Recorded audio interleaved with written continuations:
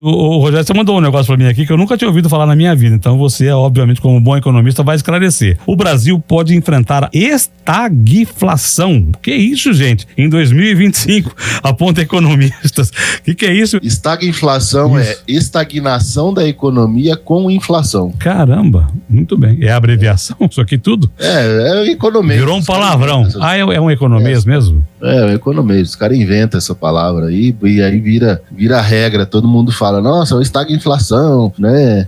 Vira uma bagunça. Isso corre o risco de ocorrer, segundo os economistas. Segundo o economista do UBS, que é a União dos Bancos Suíços, e o Banco do Brasil, o próprio BB, também tá falando isso daí. Então, economistas do Banco do Brasil, que tá lá, a turma do governo, né, tá falando isso, que podemos entrar numa estagflação, e o UBS. Por quê? Porque a nossa taxa de juros está muito alta, uma taxa de juros que deve ir para 14,25 na próxima reunião, e o mercado já está entendendo que vem um resfriamento econômico por aí, e isso vai trazer uma queda da taxa de juros e automaticamente da inflação no curto prazo. E isso, para acontecer, estagnação econômica, inflação pequena, e aí a inflação começa a cair, para daí voltar depois a ter crescimento com baixa inflação. Essa é a ideia que o pessoal do UBS e do Banco do Brasil tem aí para o ano de 2025 e 2026, provavelmente começando a recuperação econômica. Eu dizia há pouco, inclusive vale, no começo do programa, inclusive praticamente foi, em relação à tentativa do presidente Luiz Inácio Lula da Silva de restabelecer ele já perdeu muito, né, a sua credibilidade, eu diria assim, caiu bastante, e ele está tentando tomar medidas. Dentre elas, a retomada lá do imposto de renda com limite de R$5 mil. Você acha possível isso vir a acontecer?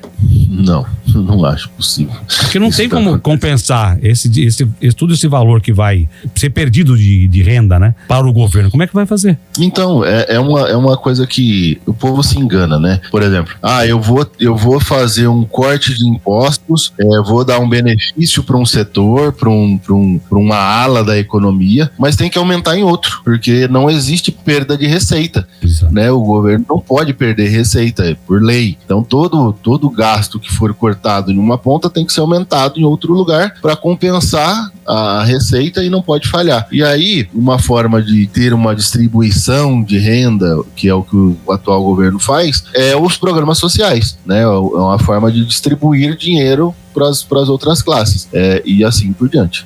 Ô Rogério, você não está vendo a situação com aquela história do copo meio cheio? Tem gente que acha que o copo vai encher, outros acham que vai ficar mais para baixo, né? Porque o governo pode cortar nas suas despesas, não pode? Então, mas o governo cortar nas suas despesas não significa que ele vai baixar a taxa de impostos ou cortar impostos em algum lugar. Por quê? Porque o governo, mesmo ele cortando as despesas primárias, ele tem as despesas de juros, que vêm depois das despesas primárias. Então vamos pensar assim, o governo antes dos juros, que é o EBITDA das empresas, né, ele tem um lucro, ele sobra dinheiro no caixa. Quando passar dessa fase, vem o pagamento de juros do Tesouro Direto, dos empréstimos que o governo tem com bancos. E aí, o governo vai gastar todo esse dinheiro e não vai dar, vai faltar dinheiro do mesmo jeito, né? O superávit nominal, que é o fechar a conta no final do mês, que é você saber se a empresa deu lucro ou prejuízo, é o que falta para o governo. Então, mesmo que o governo cortar as despesas, mesmo que o governo reduzir orçamentos, reduzir as emendas parlamentares, o movimento do governo vai ser diminuir a dívida daí, ou seja, não sobra dinheiro no caixa, né, do governo brasileiro. Não é só o governo brasileiro, o governo no mundo inteiro, né? Os Estados Unidos todos os anos, no final do ano, tem que aumentar o teto da dívida, porque ele tem que se endividar mais para poder pagar as contas. O governo brasileiro é a mesma coisa, né? Vai aumentando o endividamento. E esse aumento de endividamento no Brasil, qual que é o problema?